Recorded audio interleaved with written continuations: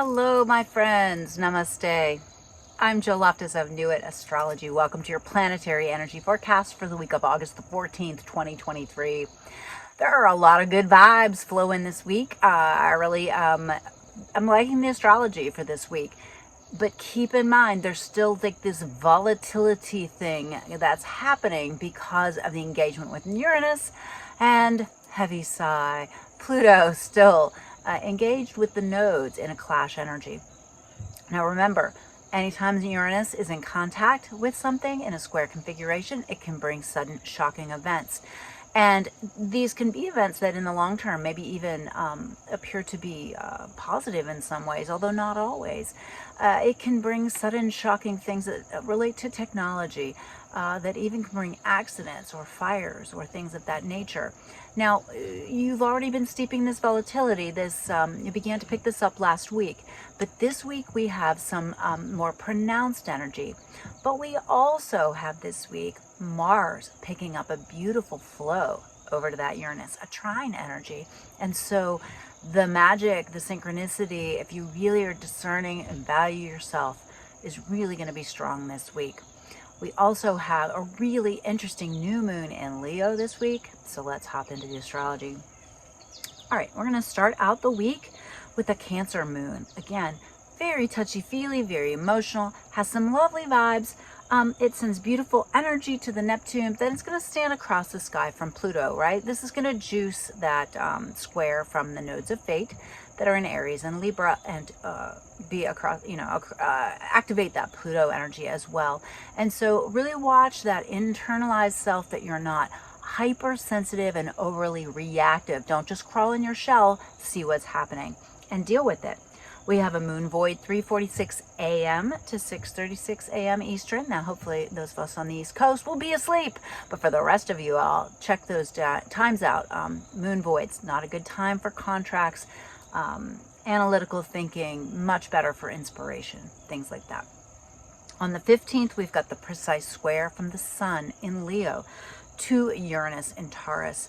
Now, Venus is beginning to walk away from that contact, right? We had that last week, but this is the precise square. And Uranus has been very activated, right? So there's been a lot of volatility as it is, but when the Sun comes into that as well, even paying attention to your sunspot activities or things like that on your apps, because those really influence our electrical currents and our nervous system. So really slow it down and stay grounded as best you can.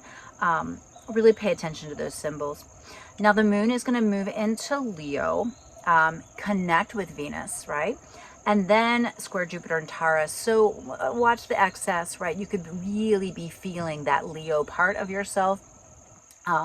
And high vibe Leo, yum, but low vibe Leo, no, let's stay away from that kind of energy, right? We have our new moon on August the 16th. It is at 23 degrees, 17 minutes of Leo. It's at 5:38 a.m. But interestingly enough, as soon as it becomes new, it voids, and it doesn't contact anything else again until 7:14 p.m. Eastern time. That's an incredibly long moon void, but it also is something that you need to take note of for your rituals. If you want to do a manifestation ritual for this moon, wait until she is no longer void. Now, it gives you the whole day to kind of intuit, gather information, engage in any of your spiritual practices that you do to kind of get clarity on what it is you want to manifest in the Leo area of your chart. This moon is square to Uranus, and so I expect the unexpected, but that also sparks up the possibilities, the magical possibilities that could come through from this moon. It's also got a really nice flow. Mars in Virgo is trine to that Uranus on that day, and so that's really like, that discerning energy. I love that, and I think it will really stabilize it. And then the Sun in Leo is also then beginning to move into a trine and sextile configuration to the North Node and South Node. This is also really beneficial, and I see this as a very karmic new moon. And you really want to think, when it comes to those nodes, like what's trying to flow from Aries, Libra, and Leo. What's trying to harmonize in those areas of life, and see, maybe the retrograde cycle's giving you some more information, but maybe this day, in fact, offers you some more information on how you can work with that. All right. Now, on the 17th, the moon is going to move into Virgo, and it's going to stand across the sky from Saturn. Moon Saturn, man, it's just a kind of a bummer. It can be a little bit of melancholy, heaviness, so try not to get lost in any of those emotions. Acknowledge them, move through them. It's just a little heavier, right? And then the Mercury and Mars are beginning to get pretty close together, right? So a lot of mental activity. So monitor the nervous system and the mind, right? Remember, you're not your mind, it's a tool. So use it. And remember, the tool of Mars tends to be a hammer or a knife. So, be discerning, be wise, but be cautious, all right? Be cautious. That Venus in Leo is also about to pick back up to that square to Jupiter, right? So don't go crazy, don't go to excess, watch the credit card, okay? August 18th, we have a Virgo moon, right? Which is going to amp, it's going to that merging of the mind and the emotions, lovely. And then that Mars energy gives you a direction to move in. It's also going to trine the Jupiter and the Uranus in Taurus, which I like. So yeah, structure the 18th, go about it in a structured, analytical way. On the 19th, that moon will step across the sky from Neptune. So find that balance between inspiration and inquiry. And it is going to send a blessing beam to the Pluto. So I like that. Another moon void, 4:51 a.m. until 7:53 a.m. Eastern. So other time zones, take note of that. We wrap up the week, August the 20th, with our moon moving into a sextile with a Libra moon, moving into a sextile with Venus and Leo. So that's a lovely contact. That Mars in Virgo, though, is going to start to step across the sky from Neptune in Pisces. Now, this could bring some tension, some difficulty. There could be a direction you want to move, and then it's just so hard to see how to move forward. You want to go in a certain way, but just there's fog, right? Neptune, bringing in that fog. So take it and find this balance between inspiration and action, between discernment and depth. Find the beautiful equal tension between those things as you move into the following week. So yeah, really interesting. Another really interesting astrological week. What was I going to tell you? I wanted to mention something else. Oh, I did want to mention that there is also a really nice flow happening. I'm going to pull the chart up because I forgot to put it in my forecast, but I want to look at this. Yeah, there's this gorgeous flow this week from Venus moving backwards towards Chiron, and the Sun as it moves away, it moves further into Leo. But they both pick up a beautiful trine energy to Chiron and Aries. Now, this may really show you something that you need to take action on to heal. And this could be very much embracing some of those beautiful Leo qualities of being in the spotlight and feeling confident and feeling strong and empowered, right? So kind of take a look at that as it tones the week as well. All right, well, beautiful friends, I hope this was useful. I hope this was helpful. I wish you the most magical, productive, beautiful week with this really, great mix of blessings and challenges. Keep in mind, Venus is still retrograde. Keep in mind, Mercury is in the shadow. And yeah, let's see what the tarot has to say. If this was helpful, please comment below. It does help the channel to grow, and I will see you in the tarot. Hello, my beautiful friends. Welcome to your Isis Lotus Tarot for the week of August 14th. Definitely an interesting week with an abundance of blessings and some real wild card challenges.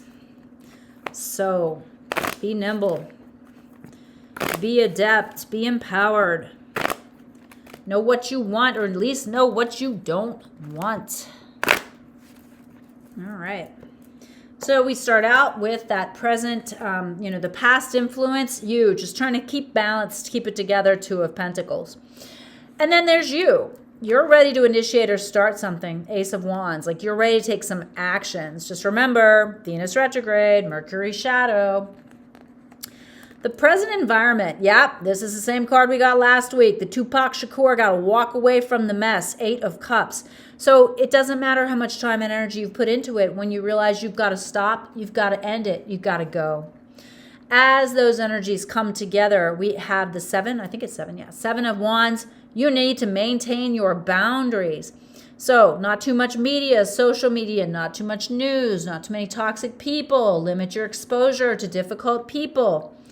Key card of the future is the Death card. There's some endings coming. You can feel them. They're necessary. Opposing forces in the future. Well, we've got the Ace of Pentacles. We want to start something new, brand new. Or 9 of Swords, we get lost in worry, in fretting, right? Something ends and we are either like, all right, this is what we need to do. This is how we move forward. Or we spin in our minds. Bless our little minds, right? Near future detail key card, 8 of Wands. Things will shift rapidly. You do need to be change adept this week. King of Pentacles over here on the Ace of Pentacles side. So pay attention to money, be practical, make decisions, be in charge. Over on the 9 of Swords side, you got the Ace of Swords. You've got to cut the negative thinking, cut the relationships. New beginnings begin from endings. Paired with the King of Pentacles, we've got the King of Wands. That makes a lot of sense, especially since, the card for you is the Ace of Wands. So you've got to be the king. Initiate, take action. Remember, we incur more karma from what we leave undone than what we do. And then over here on this 9 of Swords, but we're still emotionally really wrecked, having trouble. We're worrying, we're fretting. It's a lot of sword energy. That means a lot of mental energy. Don't get lost in your head. All right, and our potential outcomes here. On the Ace of Pentacles side, we have the Hanging Man. All right, so it might be a little uncomfortable, a little awkward thing. You don't know exactly how it's going to pan out, but keep going. On the other side, we have the Fool. Isn't that interesting, right? So look, even though you've been worrying, reassure yourself. You've got this, right? You have this infinite potential. Now, on that Ace of Pentacles side, be careful. 10 of Wands, you could make it harder than you need to, or you could just be working hard and not working smart. On the side with the 9 of Swords, we've got the Emperor. It is time to step up and step into your power. Really interesting, because you would think that this would be the more difficult side, but the outcomes are really positive, right? The Fool and the Emperor, I mean, fantastic. Even over here, we've got the Hanging Man and the 10 of Wands. So, 2 very distinct ways of doing it. We've got the more earth fire energy, and then we have the more like emotional or intellectual mind energy. So you may even want to think about that. If you're more an earth sign, this side may speak to you more. If you're an air sign, it might be this side. If you're a water sign, I would probably think that you're more over here, because sometimes the intellectual just is really confusing. If you're a fire sign, you might be over here more on the earth sign side of things. So looks like eventual outcome is good, but look for the ending. Look for the thing that's got to stop, okay? It's interesting. I think last week, we had that Tupac Shakur card, and, here it is again. There's something you've got to walk away from, something you've got to let go of. Remember that the universe is going to fill that space with something, and so you want to fill it with something conscious. Rock your week, my beautiful friends.